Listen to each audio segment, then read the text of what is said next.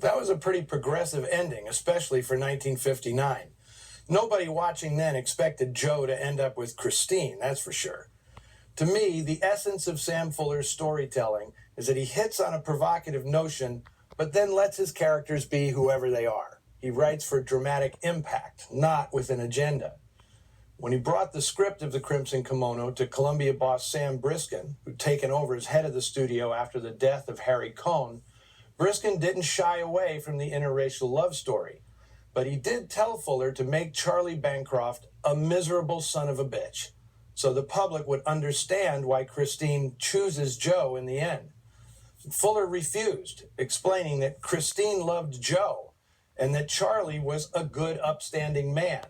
And if anybody was guilty of racism, it was Joe, who couldn't see past the fears that fueled his own prejudice. Well, Briskin allowed Fuller to tell the tale his way, but the director was not at all happy with the way Columbia marketed the film, playing up the racial angle with an exploitive and sensational ad campaign. Fuller's control over his films extended only so far. As I mentioned at the top, one of Sam Fuller's most distinctive traits as a writer was his ability to create unique female characters. The two prominent women in this story, Christine and Mac, have their own lives, completely independent of the men in the story. Fuller's women are never accessories to the male characters. He always gave them a strong sense of self.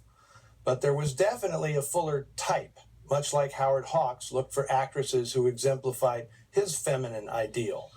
Victoria Shaw, with her angular beauty and flinty resolve, certainly fit his bill, as did actresses like Jean Peters, Dolores Dorn, and Constance Towers, all of whom had their best roles in Fuller films. Foremost among them was German actress Christa Lang, who co-starred with Glenn Corbett in Fuller's 1974 film Dead Pigeon on Beethoven Street. She was married to the director for 30 years, and with their daughter Samantha, is to this day the loyal caretaker of Sam Fuller's legacy. Fuller also had a special place in his stories for wise dames of a certain age. The character of Mac is a Fuller specialty, a salty, hard-boiled older woman comfortable being on her own. Thelma Ritter in Pickup on South Street, Beatrice Kay in Underworld USA, Virginia Gray in The Naked Kiss, and Barbara Stanwyck in the fantastic 40 Guns are all part of Fuller's senior sorority. Anna Lee, who played Mac, isn't that well known today, but she was a big star in her youth, earning the nickname the British Bombshell.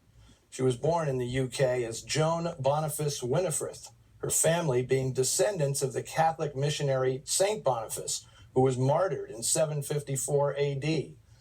She started making films in England in the 1930s and married director Robert Stevenson in 1934.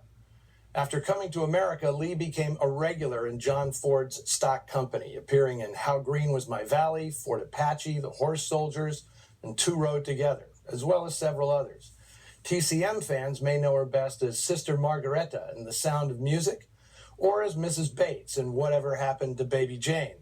But soap opera devotees know her from a long-running role as Lila Quartermain on General Hospital, which she continued even after a car accident in 1981 left her paralyzed from the waist down. Her daughter, Venetia Stevenson, was a popular actress in the 1950s and later a film producer. And a final note, Sugar Torch was played by former burlesque dancer Gloria Paul, although for Sugar's death scene, a stunt double took the running header into traffic. In true commando fashion, Sam Fuller didn't bother with permits or police protection. He shot the scene right on the streets in downtown LA without telling anybody what was going to happen. When studio boss Sam Briskin saw the footage, he was outraged by the fact that no one on the street stopped to help. Nobody even looked at that poor girl, he said. What's this country coming to? That'll do it for this week. You know the drill. Give us your feedback on the Noir Alley Facebook page and Twitter feed. And if you dug The Crimson Kimono, you don't have long to wait for another film from Sam Fuller. Next month, I'll be showing his 1961 gangster saga, Underworld USA, starring Cliff Robertson as an ex-con out to avenge his father's murder. Next week, however, we're headed to Argentina.